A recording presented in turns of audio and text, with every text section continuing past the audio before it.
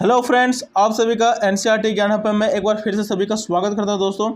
दोस्तों पिछले वीडियो में हम लोगों ने आपका सीएमएस का एग्ज़ाम दोस्तों जो आपका 30 जून को उसका मेट का टोटल 90 क्वेश्चन का सोल्यूशन हमने प्रीवियस ईयर क्वेश्चन का सोल्यूशन देख चुके हैं। तो दोस्तों अब हम लोग सेट का जो कि आपका 90 क्वेश्चन का ये भी रहेगा, जिसमें आपका 3 ब्लॉक रहेगा, साइंस, सोशल साइंस और मैथ का क्वेश्चन। तो दोस्तों हम लोग 90 क्वेश्चन का इसमें से सेट का मॉडल का पूरा पेपर हम लोग सोल्यूशन के रूप में देखेंगे। तो दोस्तों सबसे पहले हम लोग साइंस का देखते हैं, जिसमें से आपका 30 क्वेश्चन देखेंगे हम लोग। तो आते हैं दोस्तों क्वेश्चन नंबर 91 की ओर।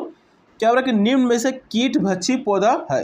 दोस्तों इसमें आपका ड्रोसेरा एक कीट भक्षी पौधा है जो कीड़े मकोड़ों को खाता है। ठीक है, पौधा है लेकिन कीड़े मकोड़ों का खाता है।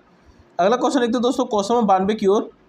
क्या हो रहा है कि पौधों का कौन सा भाग प्रकाश संश्लेषण के लिए हवा से कार्बन डाइऑक्साइड लेता है। तो दोस्तों पत्र रंग, जो पत्तियों में छोटे छोटे छिद्र होता है उसी को बोलते हैं। ठीक है, तो अगला क्वेश्चन देखते हैं दोस्तों क्वेश्चन नंबर 93 की ओर।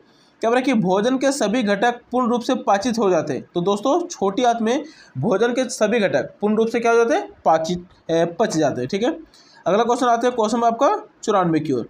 क्या बोला कि विश्व में प्राकृतिक रेशम में उत्पादन का स्थान कितना है। तो दोस्तों भारत का स्थान है दूसरा, पहले स्थान पर आपका चीन है। अगला क्वेश्चन आता है क्वेश्चन नंबर 95 की ओर। क्या बोला कि निम्नलिखित में कौन सा संबंध सही है। दूरी बराबर 4 बटा समय, दूरी बराबर 4 समय बटा 4 या दूरी बराबर 4 गुणे समय। तो दोस्तों आपका सही समीकरण है दूरी बराबर 4 गुणे समय। तो नेक्स्ट आता है आपका क्वेश्चन नंबर 96 की ओर। क्या बोल रहा है कि कोई सरल लोलक 20 पूर्ण दोलन करने में 40 सेकंड लेता है तो लोलक का आवर्त करेगा। तो दोस्तों जब भी इस तरह क्वेश्चन दे तो आपको क्या करना है कि सेकंड को ऊपर रखना है टाइम को, और दोलन जो भी इतना टाइम लेगा दोलन करने में उसको नीचे रखना है। अब दोनों को डिवाइड कर देना तो दोस्तों आएगा आपका 2, तो जगह आपका आंसर 2 सेकेंड। अगला क्वेश्चन देखते हैं दोस्तों क्वेश्चन नंबर आपका 97 की ओर। क्या बोला कि निम्नलिखित में से कौन सा रासायनिक परिवर्तन है। तो दोस्तों आपका कागज का जलना आपका रासायनिक परिवर्तन। दोस्तों बाकी कोयले का चूर्ण बनाना, कांच की बोतल को तोड़ना और कपड़े का फटना ये आपका भौतिक परिवर्तन है, लेकिन रासायनिक परिवर्तन कौन सा आपका कागज का जलना, क्योंकि इसमें नया प्रोडक्ट आपका बन रहा है। अगला क्वेश्चन देखते हैं दोस्तों क्वेश्चन नंबर 98 की ओर। क्या बोला कि सूक्ष्म जीवों द्वारा मृत पौधे पर क्रिया करने से बनने वाला एक उत्पाद का नाम क्या है। तो दोस्तों वो आपका मशरूम, जिसको खुखड़े भी बोलते हैं। तो 98 का हो जाएगा आपका ऑप्शन नंबर दूसरा। नेक्स्ट क्वेश्चन देखते हैं क्वेश्चन नंबर आपका 99 की ओर।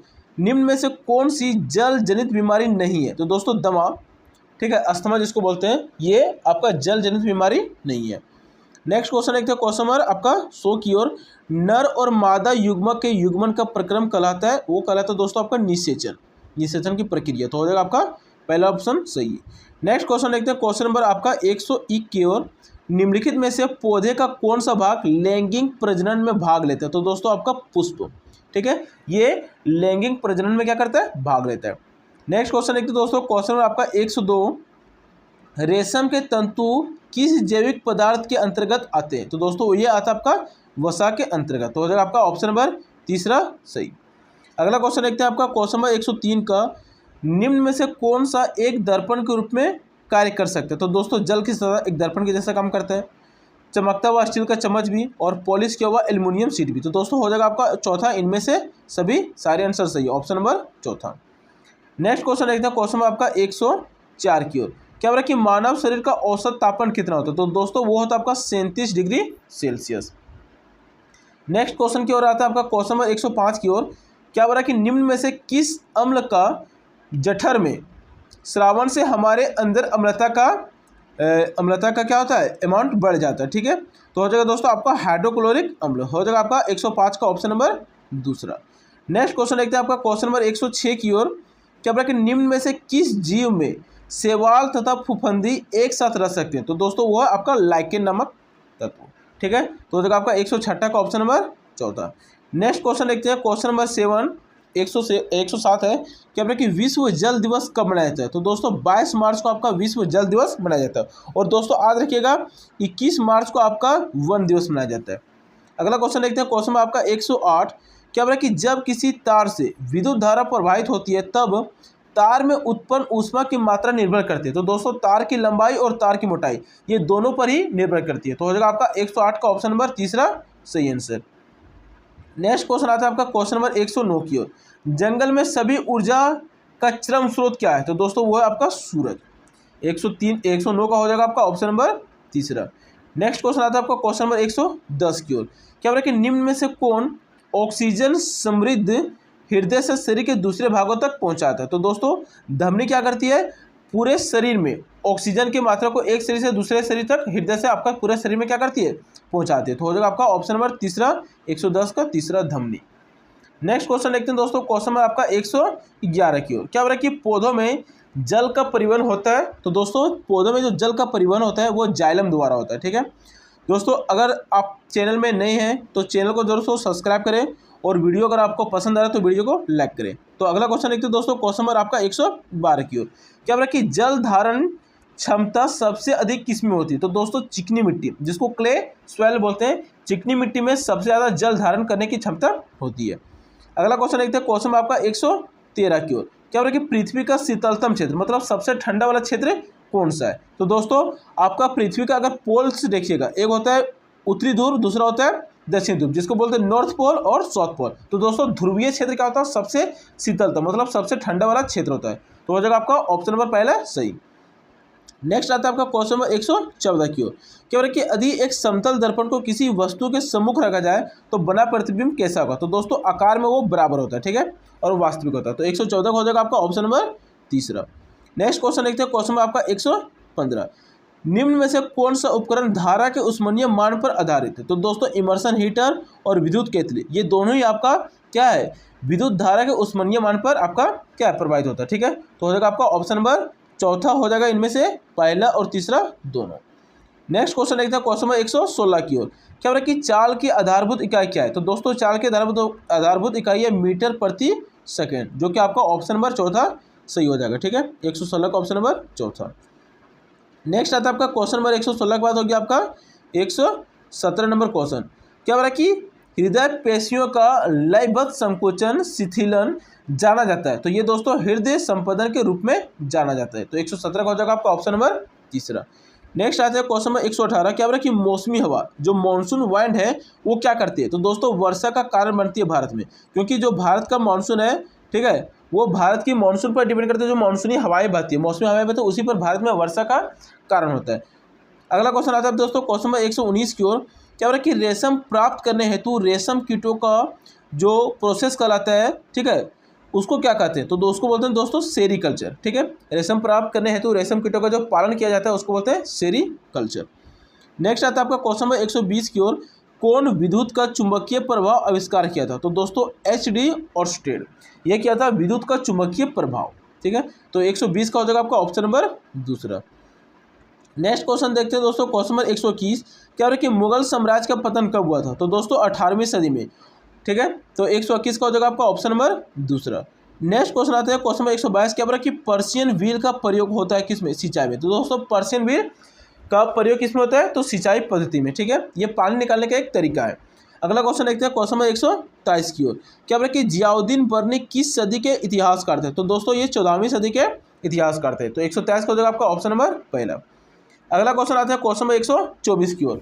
पाल वंश के संस्थापक? तो दोस्तों गोपाल को माना जाता है आपका पाल वंश के संस्थापक। 124 का हो जाएगा आपका ऑप्शन नंबर दूसरा। क्वेश्चन नंबर आते हैं next question number 125।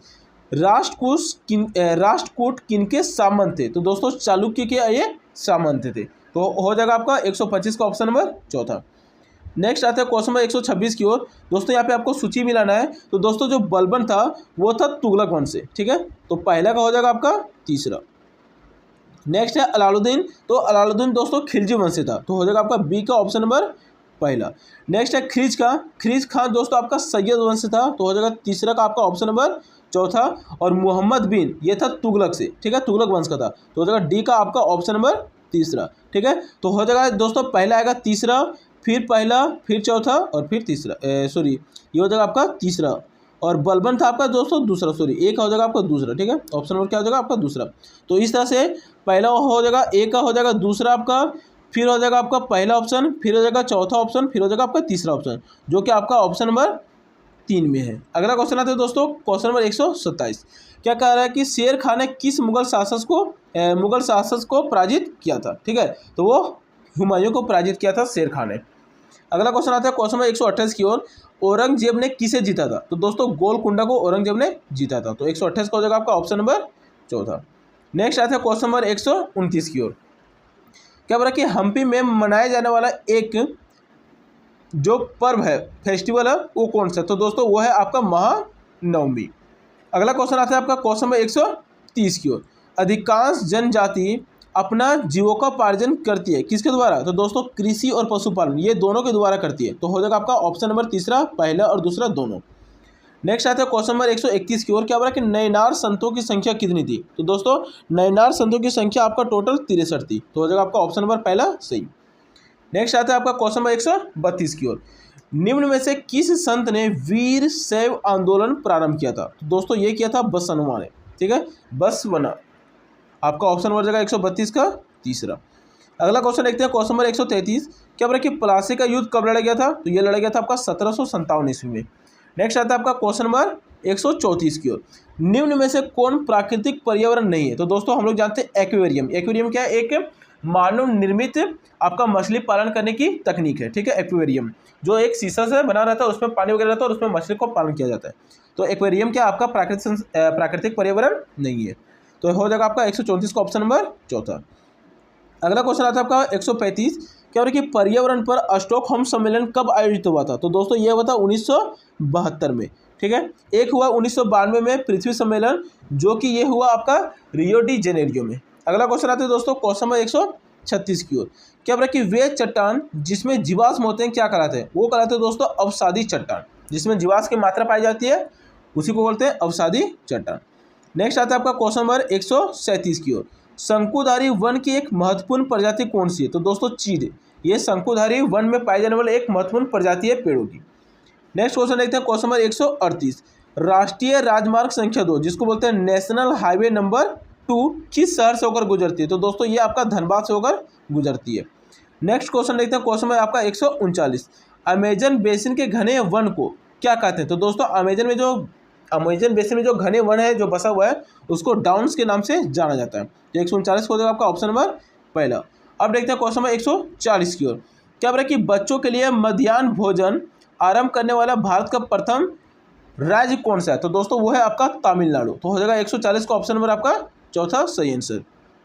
Next question देखते हैं दोस्तों क्वेश्चन नंबर आपका 141 की ओर। क्या बोला कि लोक स्वास्थ्य सेवाओं का संचालन किया जाता है किसके द्वारा? तो दोस्तों ये किया जाता है आपका सरकार द्वारा। तो 141 का हो जाएगा आपका ऑप्शन नंबर पहला। ऑप्शन नंबर क्या हो जाएगा आपका पहला। नेक्स्ट क्वेश्चन देखते हैं क्वेश्चन नंबर 142 की ओर।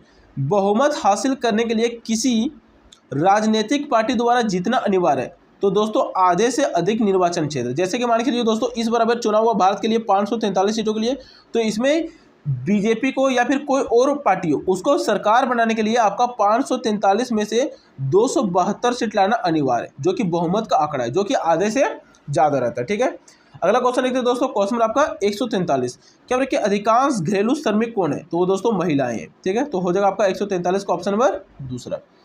नेक्स्ट क्वेश्चन देखते हैं। लोगों की यह रूढ़ धारणा है कि महिलाएं पेशा से अधिक जुड़ी है। तो कौन से पेशे से? तो दोस्तों नर्सिंग पेशा से माना जाता है। ठीक है, तो 144 का हो जाएगा आपका ऑप्शन नंबर पहला। नेक्स्ट क्वेश्चन देखते हैं क्वेश्चन नंबर 145। क्या बोले कि खबर लहरिया किस राज्य का समाचार पत्र है? तो ये है आपका उत्तर प्रदेश का।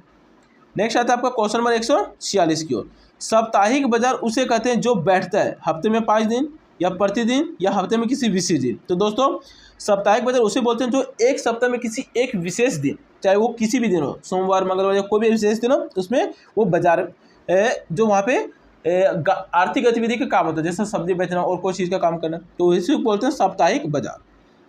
अगला क्वेश्चन आता है आपका 47 की ओर। 147। बाजार किसके हित में अधिक कार्य करती है? तो दोस्तों व्यापारियों के हित में अधिक कार्य करती है बाजार, मार्केट। अगला क्वेश्चन देखते हैं क्वेश्चन नंबर 148 की ओर।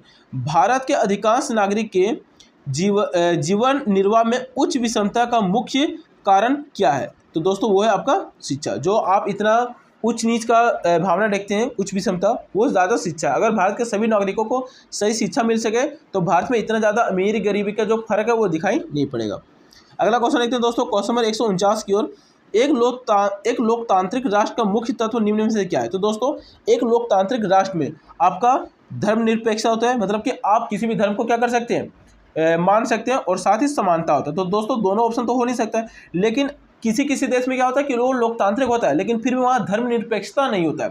ठीक है, वहाँ किसी विशेष धर्म को माना जाता है। लेकिन भारत के केस में ऐसा नहीं है। भारत एक धर्मनिरपेक्ष या तो बोल सकते हैं पंथ निरपेक्ष है, मतलब कि यहाँ भारत धर्म के प्रति निरपेक्ष भाव रखता है। तो यहाँ दोस्तों आपका ऑप्शन नंबर तीसरा सही हो जाना चाहिए। ठीक है, अगला क्वेश्चन देखते हैं क्वेश्चन नंबर 150 की ओर। क्या बोले कि भारत के हर नागरिक को मतदान का अधिकार है जब वह कितने वर्ष का प्राप्त कर लेगा? तो दोस्तों 18 वर्ष। भारत में क्या होता है कि 18 वर्ष का अगर आप आयु प्राप्त कर लेंगे, आप प्राप्त कर चुके हैं, तो आपको वोट देने का अधिकार या बोल सकते हैं मतदान देने का अधिकार है, लेकिन आपका वोटर आई डी कार्ड बना होना चाहिए। ठीक है, तो दोस्तों ये था आपका टोटल 60 क्वेश्चन आपका जीएस से, जो कि सोशल साइंस था और साथ में साइंस से, तो दोनों मिला के था आपका 60 क्वेश्चन। अब हम लोग देखते हैं दोस्तों मैथ का क्वेश्चन, जो कि आपका पहला क्वेश्चन क्या है, मैथ का 151 नंबर क्वेश्चन है कि किसी ऋणात्मक परिमेय संख्या का व्युत्क्रम क्या होता है। तो दोस्तों अगर मान के चलो कोई ऋणात्मक संख्या माइनस ए है, मान के चलो, ठीक है, तो इसका व्युत्क्रम कीजिए तो क्या हो जाएगा, 1 बाई माइनस का ए हो जाएगा, मतलब कि सिंपल सा बोला तो 1 बाई माइनस ए हो जाएगा। तो दोस्तों किसी ऋणात्मक परिमेय संख्या के व्युत्क्रम क्या कहलाता है, तो वो एक ऋणात्मक परिमेय संख्या ही होगा। ठीक है, तो पहला का 151 का हो जाएगा आपका ऑप्शन नंबर दूसरा। नेक्स्ट क्वेश्चन देखते हैं क्वेश्चन नंबर 152 की ओर। क्या बोले कि किसी परिमेय संख्या और उसके गुणात्मक प्रतिलोम का गुणनफल कितना होता है। तो दोस्तों कोई परिमेय संख्या और उसका गुणात्मक प्रतिलोम, जैसे मान के चलिए दोस्तों हम लोग कोई परिमेय संख्या लेते हैं 1/4, ठीक है, अब इसका क्या करेंगे गुणात्मक प्रतिलोम, तो चलो गुणात्मक प्रतिलोम करें तो इसका गुणात्मक प्रतिलोम क्या हो जाएगा 4/1 हो जाएगा, का गुणनफल, तो चलो हम लोग गुना कर देते हैं। अब देखिए 4 से 4 इधर कैंसिल हो जाएगा और 1 1 है, तो 1/1 होगा, तो 1/1 को क्या बोल सकते हैं, 1 बोल सकते हैं। ठीक है, तो याद रखिएगा किसी परिमेय संख्या और उसके गुणात्मक प्रतिलोम का गुणनफल हमेशा 1 होता है। ठीक है, जो कि आपका ऑप्शन नंबर तीसरा सही हो जाएगा। नेक्स्ट क्वेश्चन देखते हैं क्वेश्चन नंबर 153 की ओर। क्या बोला कि 330 सेंटीमीटर लंबे छड़ को 13.2 सेंटीमीटर के कितने टुकड़े काटे जा सकते हैं। तो दोस्तों ये तो सिंपल सा क्वेश्चन है, आपको क्या करना है 330 सेंटीमीटर लंबा एक टुकड़ा है छड़ का, जिसको 13.2 से क्या करना है काटना है, तो इसको सिंपल सा भागा दीजिएगा और भागा देने पर आपका आ जाएगा दोस्तों आंसर 25। ठीक है, अगला क्वेश्चन आता है क्वेश्चन नंबर 154 की ओर। यहाँ पे दोस्तों आप समीकरण देख सकते हैं ax + b = 0, तो इसका हल क्या होगा, तो दोस्तों यहाँ पे हो जाएगा इसका हल, सबसे पहले b को 0 के इधर लेकर आइएगा बराबर के इधर, तो -b हो जाएगा, और यहाँ पे एक गुणन है तो a आएगा गुना, तो इधर आएगा तो आपका भाग हो जाएगा, तो -b/a हो जाएगा आपका सही आंसर। नेक्स्ट आता है आपका क्वेश्चन नंबर 155 की ओर। क्या बोला कि एक समद्विबाहु त्रिभुज का शीर्ष कोण 30 डिग्री है तो आधार के कोण का माप कितना होगा। तो दोस्तों अगर आप समद्विबाहु त्रिभुज जानते हैं तो जिसकी दो भुजाएं आपस में क्या होती है समान होती है, मतलब अगर एक आपका 30 डिग्री है तो त्रिभुज का तीनों कोणों को कितना होता है आपका 180 डिग्री। तो दोस्तों 180 डिग्री में अगर आपका 30 डिग्री पहले से निकल गया तो बचेगा कितना आपका, तो बचेगा आपका 150 डिग्री बचेगा। 150 डिग्री को अगर समद्विबाहु त्रिभुज के हिसाब से बांटे तो दो बराबर भागों में बांटेंगे, तो 150 को अगर दो भागों में बांटेंगे तो हो जाएगा 75 डिग्री एक का, तो हो जाएगा इस तरह से आपका दोस्तों 155 का ऑप्शन नंबर दूसरा। नेक्स्ट आता है आपका क्वेश्चन नंबर 156 की ओर। क्या बोला कि 3 के दो लगातार गुणज का गुणज ज्ञात कीजिए जिसका योगफल 33 है। अब दोस्तों 3 का अगर गुणज देखिएगा तो 3 का गुणज क्या होता है, 3 होता है, 6 होता है, 9 होता है, 12 होता है, लेकिन क्या बोल रहा है कि यहाँ के 3 के दो लगातार गुणज होना चाहिए जिसका योगफल 33 होगा। तो दोस्तों 3 का लगातार गुणज देखिएगा तो 15 और 18 ही है, बाकी 12 की 3 का लगातार गुणज नहीं है, क्योंकि 12 के बाद 15 होना चाहिए था यहाँ पे, लेकिन 15 है नहीं, तो ये तो होगा नहीं, और यहाँ पे इसी तरह देखिएगा और यहाँ पे इसी तरह, तो 15 और 18 को जोड़िएगा तो 33 पे आ जाएगा, और ये लगातार गुणज भी है, तो 156 हो जाएगा आपका ऑप्शन नंबर पहला।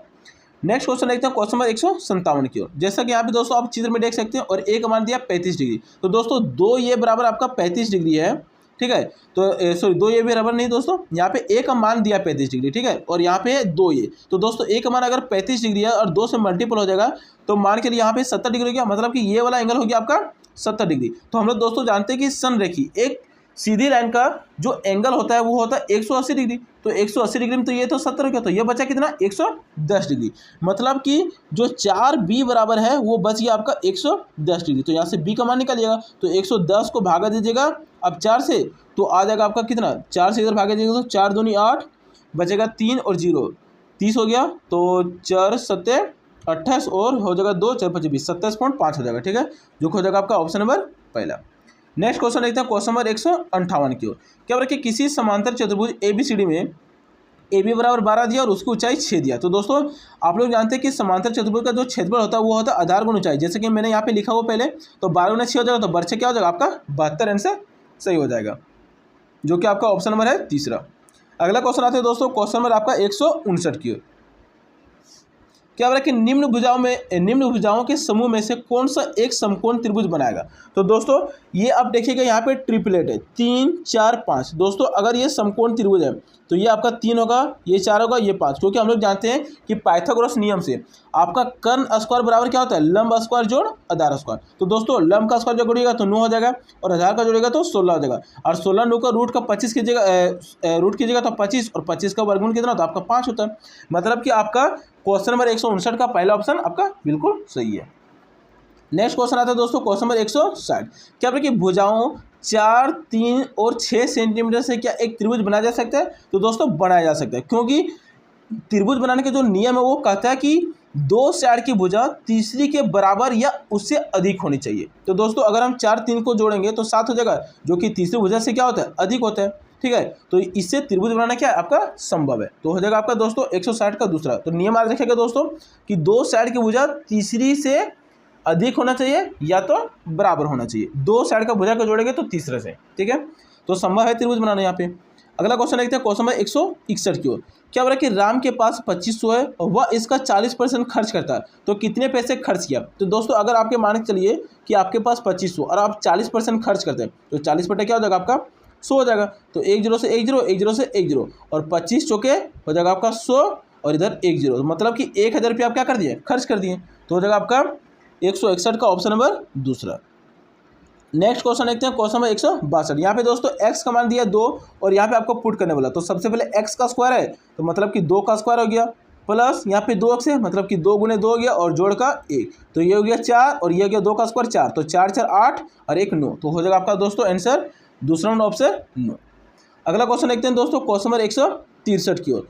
क्या हो रहा है कि एक वर्गाकार पार्क की परिसीमा 320 मीटर, मतलब कि क्या दिया कि वर्ग का परिमाप दिया है 320 सेंटीमीटर। तो दोस्तों वर्ग का परिमाप क्या होता है, 4 गुना भुजा होता है, मतलब 4 ये ले सकते हैं। तो 4 ये बराबर हो गया 320 आपका मीटर हो गया। ठीक है, कोई दिक्कत। और यहाँ से 4 से काटिएगा 320 को तो आ जाएगा 80 मीटर, मतलब कि a बराबर निकल गया आपका 80 मीटर, मतलब कि एक वर्ग की भुजा कितना निकल गया 80 मीटर। अब क्या बोल रहा है कि पार्क का क्षेत्रफल। तो दोस्तों अगर मान के चलिए आपको भुजा 80 मीटर दे दिया तो पार्क का क्षेत्रफल क्या होता है, भुजा गुना भुजा होता है। तो 80 गुना 80 कीजिएगा तो 88 64, मतलब कि 6400 मीटर स्क्वायर हो जाएगा आपका सही आंसर। अगला क्वेश्चन देखते हैं क्वेश्चन नंबर 164। क्या बोला कि 5 के पहले 6 गुंजों का समांतर मध्य क्या है। तो दोस्तों 5 का गुणज लिखेंगे हम लोग, पहला 6 गुणज, तो गुणज होगा 5 का पहला 6, 5 हो जाएगा, 10 हो जाएगा, 15 20 25 और 30, ये हो गया आपका 5 का पहले 6 गुणज। अब इसका बोल रहा है समांतर माध्य। तो दोस्तों समांतर क्या हो जाएगा आपका, 20 का माध्य हो जाएगा 15 और 20। तो दोस्तों इन दोनों को जोड़ के 2 से क्या कर दीजिए, भागा दीजिए। तो 20 और 15 को अगर जोड़िएगा तो आ जाएगा आपका 35 बट्टा क्या आ जाएगा 2, और 35 बट्टा 2 को हम लोग लिख सकते हैं 17.5, जो कि आपका ऑप्शन नंबर है बी सही आंसर। अगला क्वेश्चन आता है दोस्तों क्वेश्चन नंबर 165 की ओर। क्या बोला है कि निम्न आंकड़ों की माध्यिका निकाले। तो दोस्तों माध्यिका निकालने के लिए क्या करना पड़ता है आपको, या तो छोटा से बड़ा या तो बड़ा से छोटा, मतलब कि आपको आरोही क्रम या तो अवरोही क्रम में सजाना पड़ता है। तो चलिए इसको हम लोग पहले सजा लेते हैं आरोही क्रम में। तो सबसे पहले आपको 27 लिखना पड़ेगा। ठीक है, उसके बाद क्या आपका 28 है, उसके बाद आपका यहाँ पे देखिएगा 27 28 के बाद आपका हो गया 34 है, उसके बाद 35 है, उसके बाद है आपका 45, उसके बाद है 46 और उसके बाद है आपका 56। तो ये संख्या हो गया। तो इसका बोल रहा है माध्यिका मतलब बीच का भाग। तो इधर से 3 नंबर गया, इधर से 3 नंबर गया, बचा कोच का क्या चीज़ बचा आपका दोस्तों 35। तो हो जाएगा आपका 35 नंबर ऑप्शन सही। तो हो जाएगा आपका ऑप्शन नंबर तीसरा सही हो जाएगा। अगला क्वेश्चन आता है दोस्तों क्वेश्चन नंबर 166 की ओर। क्या बोला कि एक थैले में 1 से 6 चिन्हित 6 गोलियां, मतलब कि आपके पास 6 गोली 1 2 3 4 5 6, ये आपका 6 गोली जिसमें लिखा हुआ 1 से लेकर 6 तक नंबर, मतलब 1 number 2 number 3 number 4 number 5 number और 6 नंबर। अब क्या बोला कि इसमें 4 चिन्हित एक गोली निकालने की प्रक्रिया क्या है, मतलब कि 4 जो चिन्हित नंबर है इसका निकालने की प्रक्रिया क्या आगे। तो दोस्तों प्रक्रिया का फॉर्मूला होता है P बराबर NE/NS, मतलब कि दोस्तों NE बराबर क्या होता है कि जो निकालने की संख्या, तो हमको 4 निकालना है, मतलब कि 4 वाला संख्या कितना 1 ही है, और टोटल संख्या कितना NS, मतलब कि टोटल संख्या आपका 6, तो हो जाएगा प्रक्रिया 1/6, जो कि है आपका ऑप्शन नंबर चौथा। अगला क्वेश्चन देखते हैं दोस्तों क्वेश्चन नंबर 167। क्या बोला कि 600 रुपया के 4 वर्षों के लिए 3% ब्याज की दर से साधारण ब्याज क्या होगा। तो दोस्तों साधारण ब्याज का फॉर्मूला क्या होता है, मूलधन गुने समय गुने दर बटा 100। ठीक है, तो ये हो गया। तो मूलधन कितना हो गया आपका 600, दर कितना हो गया दोस्तों आपका 3%, ठीक है, और टाइम हो गया आपका 4 साल, और यहाँ पे हो जाएगा 100, तो 2 जीरो से 2 जीरो इधर कैंसिल कीजिएगा, और 4 तिया 12 बरछक 72, मतलब कि 72 रुपया क्या हो जाएगा आपका इंटरेस्ट। ठीक है, तो हो जाएगा आपका 167 का ऑप्शन नंबर पहला। नेक्स्ट आते हैं क्वेश्चन नंबर 167 के बाद क्वेश्चन नंबर आपका 167 के बाद 168 यहाँ पे दोस्तों मिट गया थोड़ा सा। अब हम आते हैं क्वेश्चन नंबर 169 की ओर। ठीक है, क्वेश्चन नंबर 169 क्या बोला है कि 9000 मीटर स्क्वायर क्षेत्रफल वाला एक आयताकार मैदान की चौड़ाई 75 मीटर, तो उसकी लंबाई क्या होगा। तो दोस्तों आपका क्षेत्रफल दिया है और चौड़ाई दिया है, तो लंबाई पूछा है। तो दोस्तों हम लोग कुछ नहीं करना है, क्षेत्रफल को क्या करना है, चौड़ाई से आपको डिवाइड कर देना है। तो दोस्तों इसको अगर डिवाइड कीजिएगा तो आपका आ जाएगा 120, तो हो जाएगा आपका दोस्तों ऑप्शन नंबर दूसरा सही। अगला क्वेश्चन देखते हैं क्वेश्चन नंबर 170 क्या बोला कि किसी घन के किनारों की संख्या कितनी होती है। दोस्तों अगर हम लोग घन छापें, ठीक है, ये आपका मान के चलिए घन हो गया, तो बोला किनारों की संख्या, तो दोस्तों किनारा ये होता है। तो दोस्तों एक किनारा इधर हो गया, 2 3 और ये 4, ये 4 किनारा इधर हो गया, तो 4 किनारा पीछे भी 1 2 3 4, तो 4 4 8 किनारा हो गया, और 8 1 9 10 1 11 और 1 12, तो ये टोटल दोस्तों आपका हो जाएगा किनारे की संख्या 12। ठीक है दोस्तों, इसमें शीर्ष की भी संख्या होती है 8, ये हो गया शीर्ष 1 2 3 4 5 6 7 और 8, तो दोस्तों 8 हो गया आपका शीर्ष की संख्या। इस वाले भाग को बोलते हैं शीर्ष, इस वाले भाग को बोलते हैं किनारे, और इसका होता है 6 गो फलक, जैसे कि एक इधर हो गया, एक सामने के 2, एक इधर पीछे 3, एक ऊपर 4, एक इधर दायां 5, एक बायां 6, टोटल 6 फलक होते हैं, 8 शीर्ष होते हैं और 12 किनारा होते हैं। ठीक है, अगला क्वेश्चन देखते हैं दोस्तों क्वेश्चन नंबर 171 की ओर। तो दोस्तों इसको सिंपल सा भागा देना बोला, इसको अगर आप लोग भागा देके देख सकते हैं, जो भी आएगा आंसर आपका सही हो जाएगा। इसका आंसर 2.18 होगा। ठीक है, भागा देने पर। अगला क्वेश्चन देखते हैं क्वेश्चन नंबर 172 की ओर। क्या बोला कि 5 लड़कियों की ऊंचाई सेंटीमीटर में निम्नलिखित है, जैसे कि यहाँ पे दिया हुआ, तो इसका मान निकालना पड़ता है। तो सिंपल से दोस्तों सभी को जोड़ दो, और कितनी संख्या यहाँ पे 5 लड़कियों की संख्या, तो 5 से इसको भागा दीजिएगा, तो दोस्तों सभी को जोड़कर 5 से भागा देने पर आपका आंसर आ जाएगा 142। अगला क्वेश्चन आता है आपका क्वेश्चन नंबर 173 की ओर। क्या बोला कि 60 सेंटीमीटर के साथ 2 लीटर का अनुपात, तो दोस्तों 60 सेंटीमीटर हो गया इधर, और अनुपात निकालने बोल रहा है 2 मीटर, तो दोस्तों मीटर को बदलना पड़ेगा हमको सेंटीमीटर पे, तो 1 मीटर बराबर क्या होता है आपका 100 सेंटीमीटर, तो यहाँ पे सेंटीमीटर लिख दिया, 100 बदल दिए, तो सेंटीमीटर से सेंटीमीटर कैंसिल हो गया, 1 0 से 1 0, और 2 तिया 6, मतलब क्या हो जाएगा आपका 3:10, 3:10, जो कि आपका ऑप्शन नंबर हो जाएगा आपका दूसरा। नेक्स्ट आता है आपका क्वेश्चन नंबर 174 की ओर। तो दोस्तों यहाँ पे 74 में आपका एक समीकरण दिया हुआ है, ठीक है, जिसमें से y का मान निकालना है। तो दोस्तों यहाँ पे दिया 4y प्लस का 7 बराबर 2y प्लस का 11, तो दोस्तों ये 2y को इधर लेके जाएंगे, तो 4y में 2y चला जाएगा, तो बचेगा आपका 2y, और ये प्लस का 7 इधर जाएगा तो माइनस का 7 बन जाएगा, तो 11 में आपका 7 चला जाएगा, तो बचेगा 4, मतलब कि 2y बराबर 4, तो 2 से काटिएगा 4 को, तो 2 बार में आ जाएगा। ठीक है, तो हो जाएगा आपका ऑप्शन हो जाएगा आपका दूसरा। नेक्स्ट क्वेश्चन देखते हैं दोस्तों क्वेश्चन नंबर 175 की ओर। क्या बोला कि 2 लगातार विषम संख्याओं का योगफल 32 होता है, तो यह कथन किस रूप से समीकरण। तो दोस्तों आज रखिएगा यहाँ पे, जैसा कि मैंने सोल्यूशन यहाँ पे लिखा हुआ है कि 2 लगातार विषम संख्या, तो दोस्तों 2n + 1 और 2n + 3, ये 2 लगातार विषम संख्या का, तो दोनों का योगफल कितना दिया था आपका 32। अब दोस्तों इसको जोड़िएगा तो 2n और 2n, तो 2n 4n हो जाएगा, और यहाँ पे 3 और 1, तो 3 में क्या हो जाएगा 4, मतलब कि समीकरण आपका सही हो जाएगा 4n + 4 बराबर 32, जो कि आपका ऑप्शन नंबर दूसरा में है। ठीक है, तो आज देखिएगा दोस्तों 2 लगातार विषम संख्या का योगफल कितना है, यहाँ पे 2n हो जाएगा +1, एक ये हो गया विषम संख्या, और ये हो जाएगा 2n + 3, ये हो गया आपका दूसरी विषम संख्या, और दोनों का योगफल बोला था, मतलब जोड़ दिए तो 32 आ गया, तो समीकरण को सॉल्व करने पर आ जाएगा आपका ऑप्शन नंबर दूसरा। नेक्स्ट आता है आपका क्वेश्चन नंबर 176 की ओर।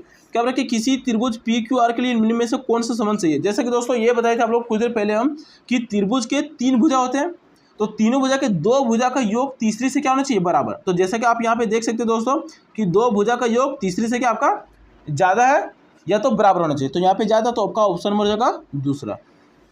नेक्स्ट देखते हैं क्वेश्चन नंबर 177 की ओर। क्या बोला कि सन 2014 में शांतनु का जेब खर्च के रूप में इतना रुपये था, उसने पाया कि दैनिक जेब खर्च कितना था। ठीक है, कहने का मतलब क्या बोला कि 2014 में शांतनु के पास पूरा 1 साल के लिए 2014 भर के लिए 3832.5 रुपया था, तो बोला कि उसका दैनिक जेब खर्च मतलब प्रतिदिन कितना हो गया। तो सिंपल से दोस्तों 2014 में कितना दिन होता है आपका 365 दिन, तो क्या करना हम लोग को 3 8 3 2 10.5 को भागा दे देना आपका किससे 365 से। अब जो भी आएगा आंसर हो जाएगा आपका 10.5 भागा देके आप लोग देख सकते हैं इसको।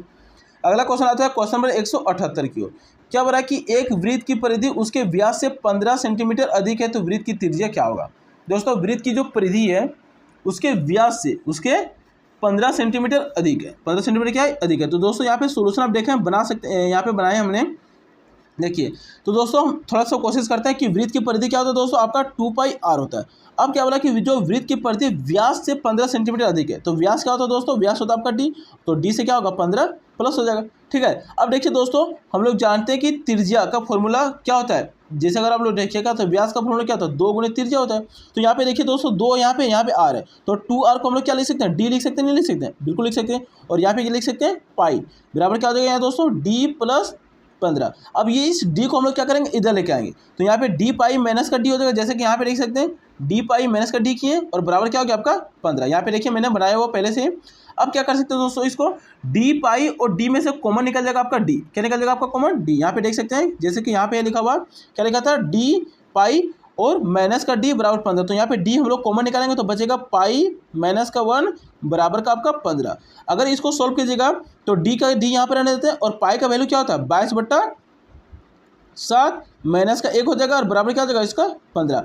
अगर इसका भीम का घटाव कीजिएगा दोस्तों, तो भीम का घटाव करने पर यहाँ पे देखिए जैसे कि मैंने सॉल्व किया है, यहाँ पे देखिए ध्यान से कि यहाँ पे 22/7 मैंने 7 किए तो 15/7 आए और 15 से 15 यहाँ पे क्या किए, कैंसिल किए, ठीक है। तो d बराबर क्या आ गया, d बराबर हो गया, d मल्टीपल हो गया 1/7 और इधर हो गया आपका दोस्तों 1। तो दोस्तों तिरछा गुना कीजिएगा तो d बराबर क्या हो जाएगा आपका 7। तो यहाँ पे पूछा था त्रिज्या, तो त्रिज्या क्या होता है, व्यास का आधा होता है, तो व्यास का आधा हो जाएगा 7/2। तो 7/2 को क्या बोलते हैं 3.5, जो कि आपका ऑप्शन में पहले से ही हो जाएगा। यहाँ पे देख सकते हो दोस्तों सोल्यूशन मैंने लिखा हुआ है।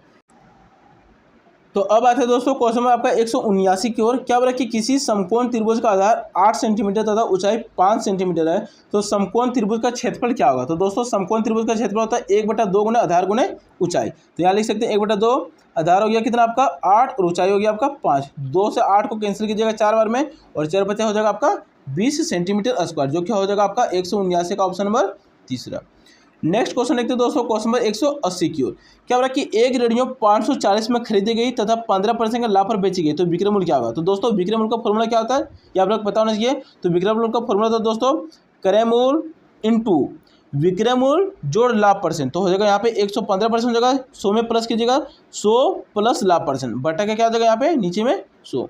तो 1 0 से 1 0 काटिएगा, 5 से काटिएगा तो 5 दूना 10 और 5 से काटिएगा तो इसको 23 पर में कट जाएगा और 2 से काटिएगा 54 को तो 27 पर में। मतलब कि 27 और 23 को क्या कीजिएगा मल्टीपल कीजिएगा तो आपका आ जाएगा 621 रुपया। तो दोस्तों विक्रय मूल्य का डायरेक्ट फॉर्मूला रखिएगा, हम फॉर्मूला लिख देते हैं क्रय मूल्य इंटू होता है 100 प्लस का लाभ प्रतिशत बटा का 100। तो इस फॉर्मूला पर अप्लाई कीजिएगा आपका आंसर आ जाएगा, ठीक है।